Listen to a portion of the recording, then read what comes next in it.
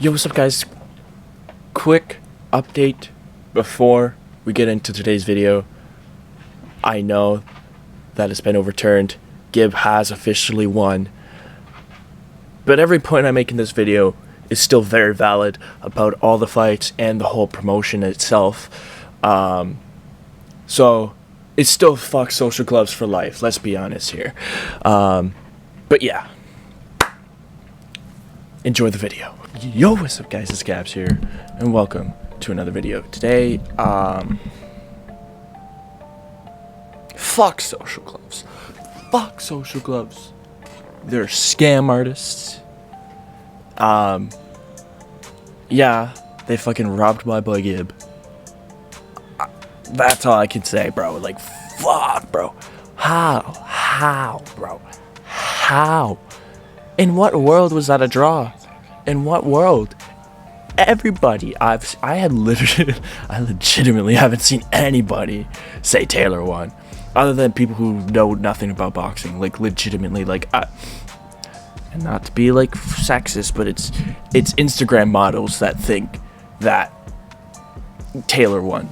Who those Instagram models literally don't know shit about boxing. They're just friends with Taylor. So, you know, I mean, like, holy fuck, bro. How does that happen? How does that happen? I mean, it's the biggest robbery in boxing, I think, in probably history, bro. Like, this is, he won every fucking round. He won every round. Okay, maybe you give the fourth round to Taylor. Maybe. But even that's 49-46, bro. How the hell does that... I don't even know, man. Like, the only draw in this was that one judge had a draw. One judge had a draw in one of the rounds. That was it. It was a 10-10 round, which I don't even think you'd score a draw that way. I think it's 9-9. But that's besides the point. Wow. I mean, let's get the positives going. Let's get everything beforehand, and then we'll dive very deep into AnEsonGib. Also, we did the premiere of the Gabzzz show, and you're probably wondering, where the fuck is that? Well, my dumbass forgot to do VODs on Twitch. That was the only way I was gonna record it, because I can't stream and record it at the same time, otherwise my PC would die. So, next episode will be the YouTube premiere of season 2 of the Gabzzz show. But yeah, let's get right into the event, because there's a lot to talk about. There's a whole fuck ton to talk about, and this is going to be a story for the next week. I'm 24 hours removed from this event, and there's still so many questions. Let's start off with the fact that Tanner Fox and Ryland Storms could not fight. On Tanner's side, I almost said Taylor. On Tanner's side, he says that the commission would not allow the 20-pound weight difference, and that's why he couldn't fight. On Ryland's side, he says Tanner backed out, and then when he came back to say he wanted to fight, it was already too late, because you can only... It has to be confirmed 15 hours before, or something like that. Honestly, if I'm really thinking about it, like, I just don't know. I don't know. I think that maybe Tanner might have not known the rules properly, and got mixed up that way.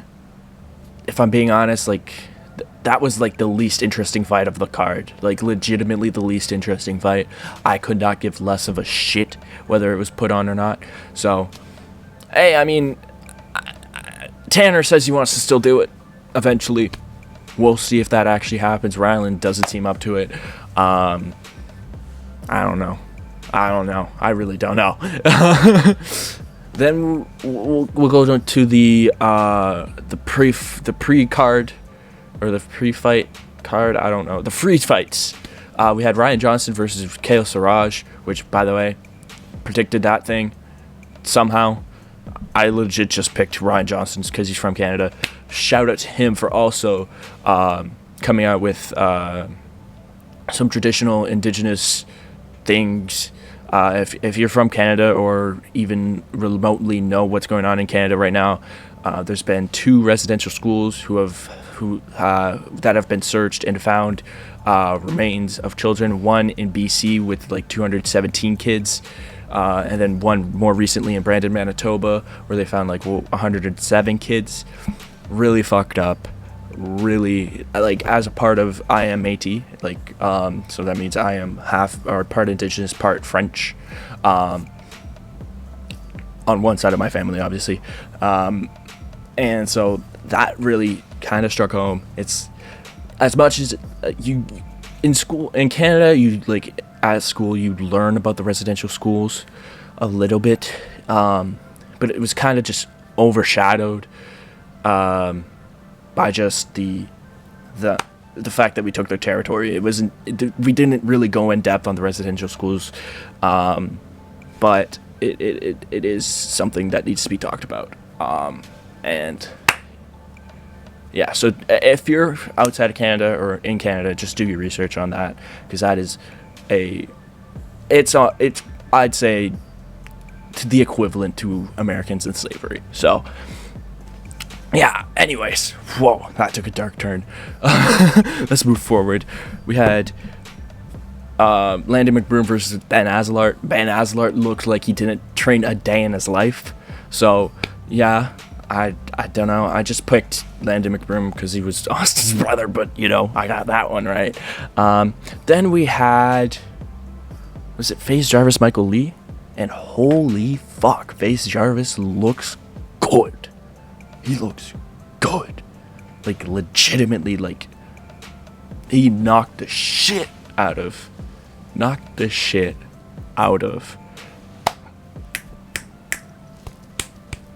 I forgot his name. Michael Lee. I keep forgetting his name. I forgot his name in the Mike predictions video. I legitimately did not care. Bro, FaZe Jarvis is an animal. I can't wait to see him fight again. Like, he's a fucking animal. Like, I don't even care about the knockout punch. The punch I cared about was the punch right before, where they're in the clinch, and he pulls up with an uppercut to release the clinch. He got a nice ass fucking uppercut. It was literally in tight. If you really look at the knockout again, you'll see them like kind of like holding each other, and he gets a little uppercut, releases the clinch, and then bow, and knocks the fuck out of him. It's insane. Boxing technique, probably the best on the card, legitimately. I legit can't wait to see Jarvis fight again. Legitimately, that fight got me so hyped. It's actually made me a fan of. I've legitimately gone back and watched FaZe Jarvis videos like today, just because I've. Why not, bro? This kid's a beast in the ring. Then we had DDG Nate Wyatt. And I honestly forgot I made a prediction for this fight, but I did. And I said DDG was going to win. And I mean, I was right. Nate Wyatt took a punch, though. I will say that. Nate Wyatt could take a punch. But DDG was just all over him the whole fight, basically. And I'm honestly surprised Nate Wyatt didn't get knocked out, but credit to him for standing up there and staying in the fight. But that was an obvious DGG win, in my opinion. Which brings us on to Deji Vinnie Hacker. Damn, this is the only fight that I got wrong, other than, well, technically the Ryland Storms Taylor Fox fight. Technically, I technically got that one wrong. But this was the only fight of the night that I got wrong. It was the only win for the TikTok side. Man. First off, Vinnie Hacker is a very good boxer. I want to see him go in there again. For sure. As for Deji, man, he trained hard. You could clearly see he trained hard. He was very good as a boxer, but he left his stamina at home. And you can't go 5 rounds. Even though it's 5 round, 2-minute rounds, you still can't go 5 rounds with no stamina.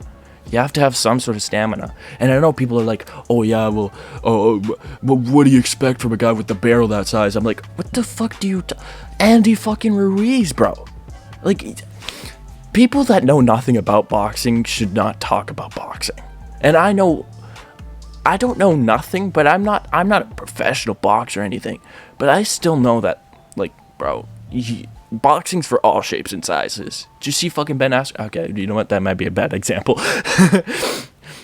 But, like, I feel bad for Deji. Deji beats himself up over this shit. Like, I don't know if he's not got the mental strength for boxing. I think that's what it is.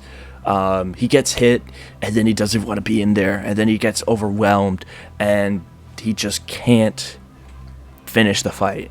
So I can't wait to see what Deji does for the future, because I think this will maybe sink into him that he's got to find a new wave. He's got to find some sort of new thing.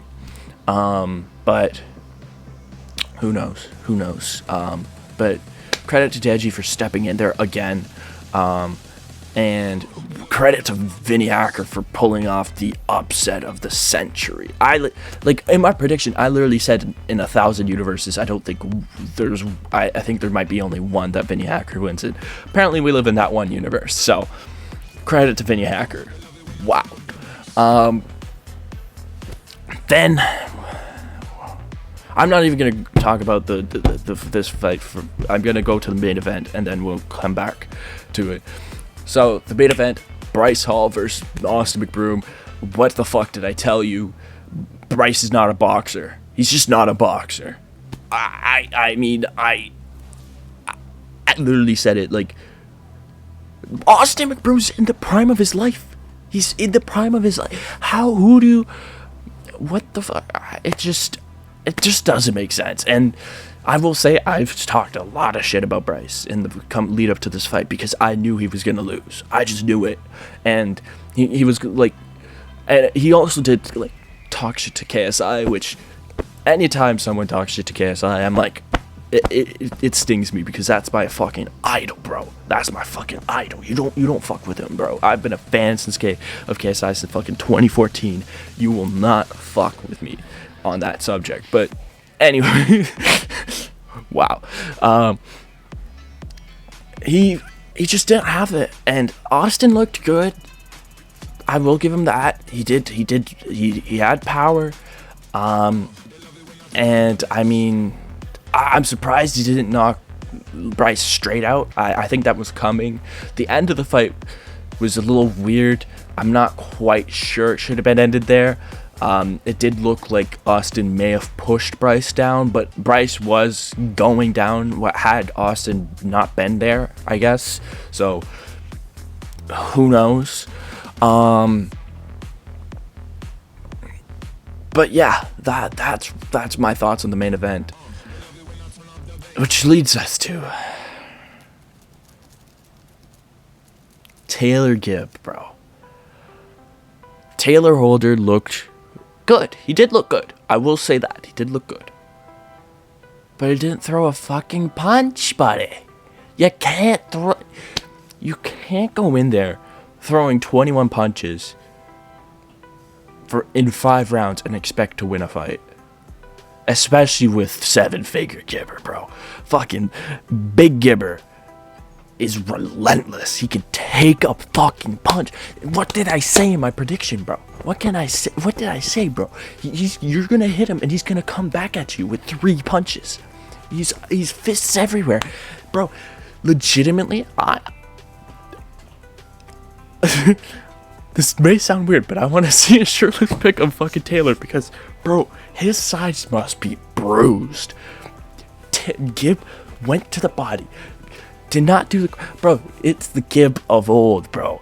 This wasn't the Gibb that we saw against Jake Paul. This was the Gibb we saw against Chase Wingler, and the Gibb we saw against Max Plays FIFA. Like, this is the Gibb we all know and love. This felt so good. And then it got stripped away from us, bro. It got stripped away. Like, what the fuck? What crackhead was judging this fight? Like, Social Gloves did, I will say this, Social Gloves did a great production thing. Like, or a great job doing production. But one, that rigging fucked them forever. I mean, I still don't think they've tweeted since they accidentally tweeted that Taylor won. Like, what the fuck? What? Fire that social media person, which I'm pretty sure they got fired, judging by the fact that no one's tweeted from that account since that. They didn't even tweet about the main event. And then also fired that judge who allowed the ringing to happen, or whatever judge. Like, we don't even know how the judges scored it to who. We just know the scores, which it just doesn't make sense either way, because like we don't need to know how they scored it. Like, clearly Gib won, clearly someone won, and it was probably Gib. And it's so fucked. It's so fucked. And I see people blaming Fuzi. Like, Fuzi did a great job. Did a fucking amazing job. Don't blame Fuzi. And I've seen people blame Taylor. Like, don't blame Taylor. Taylor's a stand-up guy. I know he's not gonna say that Gib won, which in my mind is a little bit it's a little bit of a lack of respect. But like, I guess he wants the rematch. I honestly don't think he gets the rematch unless he admits that Gib won this first fight, like, legitimately.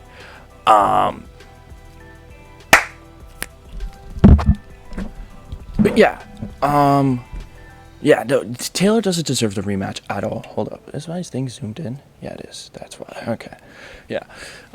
Taylor doesn't deserve the rematch at all, like, at all. I think if it is to happen, he has to admit he lost this fight, because he did. He just did. Michael Buffer even said it. Like, everyone has said it. Like, George Janko said it. George Janko is buddies with Taylor. I feel like they're both Christian boys. So like, that might be an assumption. Like, it might be a massive assumption, but I'm pretty sure they're boys. Anyone who tells Taylor that he won that fight is lying to him. And legitimately, Taylor, if anyone says that to you, you shouldn't be friends with them.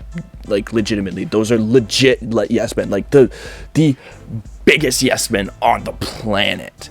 And I know, as you are a real guy, you're a stand-up guy. From what I've seen online, you might be one of the nicest, most humble kids on the planet. And I think you know deep down that you lost this fight.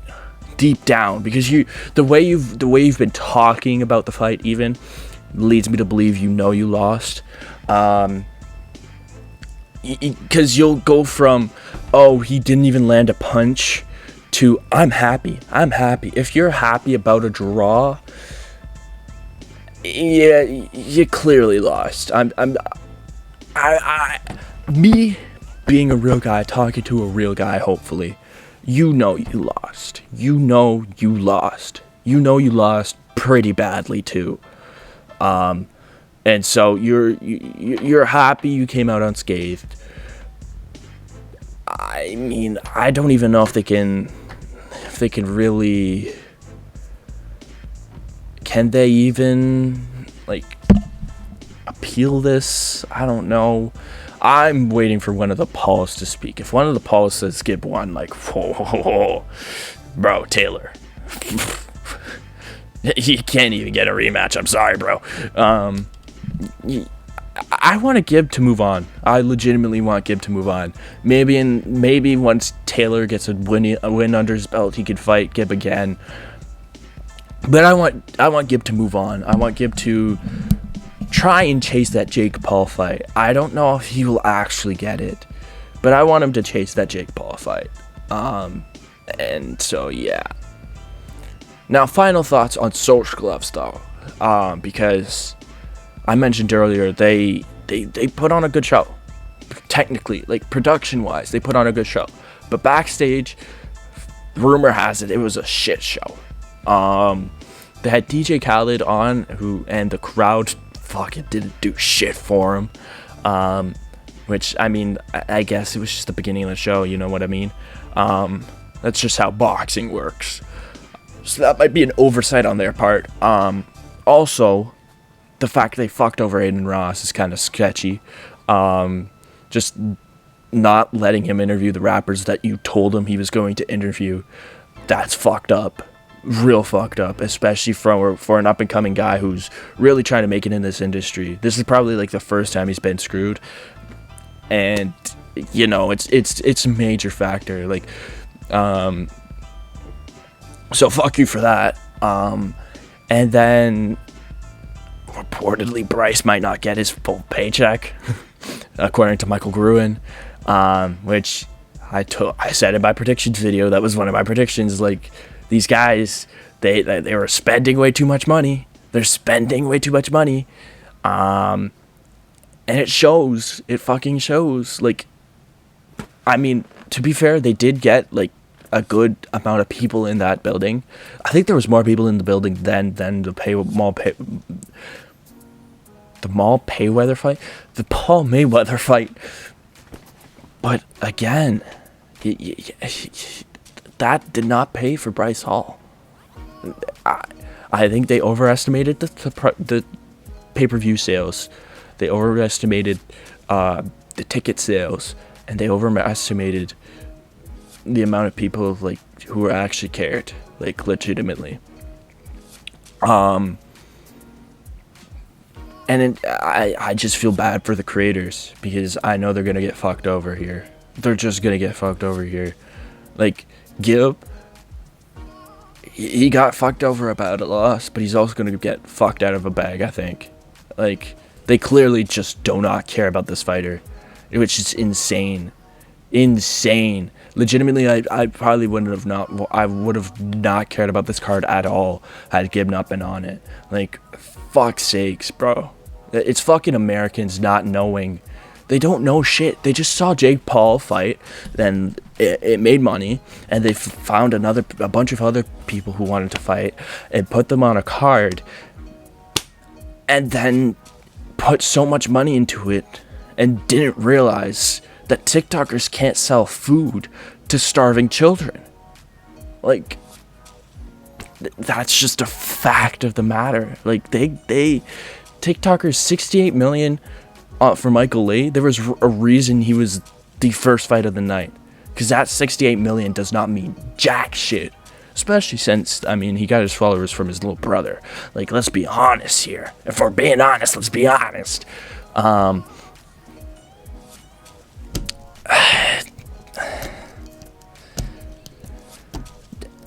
If on a surface level, the event was very good, very well run, but it sounds like backstage it was a freak show. Fousey's got some shit to say. I think Keem's got some shit to say. Aiden's already said his shit, but I think he's got more shit to say.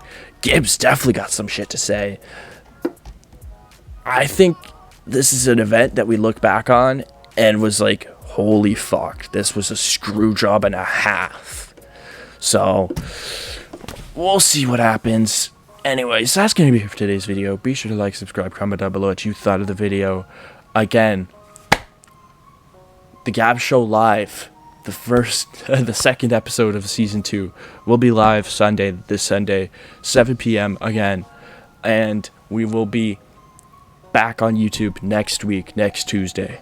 So, hopefully, we can get all that shit resolved and be back on YouTube. If not, well, you gotta be on Twitch to see it. More reason to come on live at 7 p.m. every Sunday. Anyways, that's gonna be it for today's video. Be sure to like, subscribe, comment down below what you thought of the video, and I will see you guys in the next video.